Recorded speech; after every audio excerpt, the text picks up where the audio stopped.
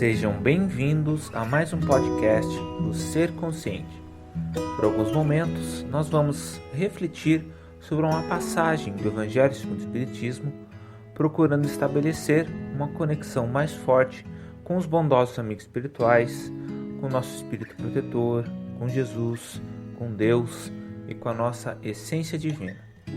Procure então, se possível, um ambiente calmo, reservado, para asserenar o corpo, o coração e a mente. Coloque-se em uma posição confortável. E agora, inspire o ar profundamente por 3 vezes.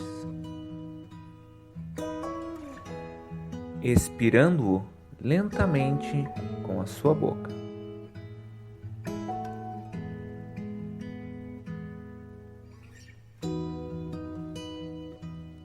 Conforme vai respirando, vá aos poucos, fechando os olhos até fechá-los completamente na última respiração.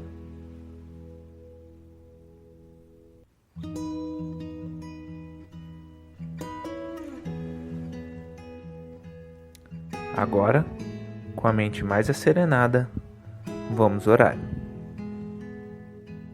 Querido Pai, agradecemos profundamente por tudo que temos em nossas vidas, pela oportunidade de estarmos aqui, de Te conhecermos, Senhor.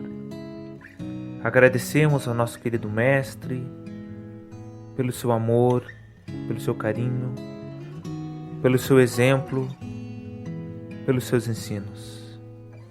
Aos bondosos amigos espirituais pela presença constante em nossas vidas, e rogamos que sejamos capazes de aproveitar ao máximo esses momentos de introspecção, de reflexão, e que levemos desses momentos ensinamentos significativos para a nossa vida. Mais uma vez, agradecemos por tudo e permaneçam conosco.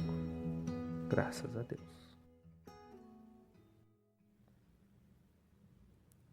Hoje, dando continuidade ao assunto começado na semana passada, vamos novamente tratar do tema Não Julgueis, que se encontra no item 11 do capítulo 10 do Evangelho segundo o Espiritismo, intitulado Bem-aventurados os que são misericordiosos, e que menciona um trecho do Evangelho de Mateus, que é o capítulo 7, versículo 1 e 2.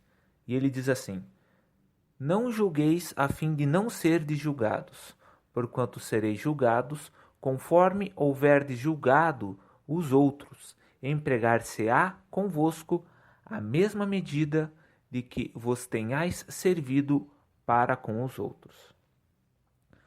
No nosso último podcast, vimos que temos dificuldades de observar as situações que nos cercam no nosso dia a dia sem julgar, e como geralmente a gente se comunica fazendo uso de avaliações, de julgamentos, ao invés de apenas fazer uma análise das situações. Vimos também que fazer isso é uma estratégia não muito eficaz quando buscamos compreender e nos reconciliar com os outros, e que para a gente colocar em prática a indulgência e não ser violento com os terceiros, com aqueles que nos cercam, ou mesmo com nós mesmos, conosco, é fundamental que a gente coloque em prática essa capacidade de observar sem julgar. Para tanto, foi proposto o estudo da comunicação não violenta, pois ela pode nos ajudar muito a perceber e frear esse ímpeto de julgar e discriminar o mundo e as pessoas.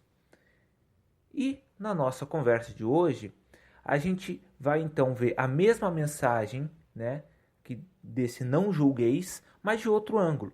A gente vai buscar observar como que aquele que julga acaba por ter a pretensão de ter uma espécie de conhecimento divino sobre o que é certo e errado, e que isso pode levar ele a proferir juízos moralizadores.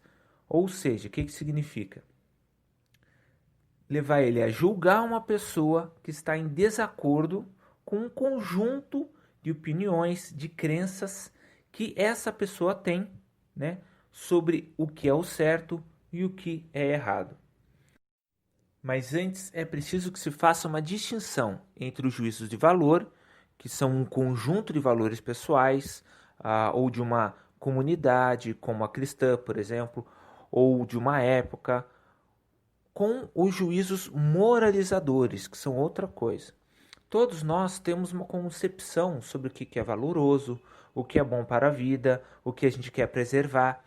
O problema é que, como a gente vai ver, nós podemos nos enganar com frequência sobre o que exatamente são tais coisas, o que exatamente é o certo, o que é errado, né? E mais, a gente pode não só se enganar com relação a essas coisas, como a gente pode não possuir qualquer conhecimento verdadeiro sobre o que são tais coisas. E por consequência, se a gente não tem um conhecimento verdadeiro acerca do que essas coisas são, então a gente jamais estaria em situação para julgar adequadamente as pessoas de acordo com aquilo que elas agiram, pois a gente não sabe com certeza o que é certo, o que é errado. E como consequência da gente não ter um conhecimento verdadeiro sobre esses juízos de valor, é a dificuldade da gente realizar juízos moralizadores, né? Porque quando a gente presume saber o que é certo, o que é errado, a gente acaba, muitas vezes, nos colocando numa posição não só de juízes das causas alheias, mas também de educadores, para a gente não dizer capatazes, né? E o que acaba acontecendo é que muitas vezes a gente imagina que tem o dever de corrigir aquele que a gente considera malfeitor, de punir ele, de extirpar o mal dessa pessoa por meios que são quase sempre violentos, a saber, fazendo com que ele se sinta culpado, com que ele se sinta vergonha, ou que ele sinta medo e que não volte a pecar, né? E aí a gente fica pensando, será que eu estou estimulando realmente uma mudança autêntica na alma dessa pessoa? Ou estou só fazendo com que ela se sinta mal, que ela sinta vergonha de ser quem ela é, que ela tenha medo, que ela se sinta culpada? É complicado a gente achar que vai sair uma transformação verdadeira desse tipo de coisa. Mas, em resumo, o que a gente se propõe a refletir aqui, a gente pode colocar em 3 pontos, que são: será que somos mesmo capazes de saber o que é certo e o que é errado em todos os casos? Segundo, será que nos encontramos em tal situação de julgar o próximo?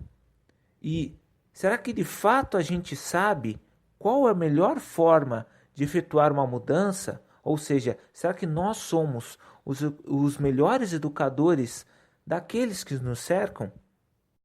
E para a gente verificar se possuímos realmente o conhecimento daquilo que a gente pensa ser o certo e errado, vale a pena a gente falar um pouco aqui sobre Sócrates.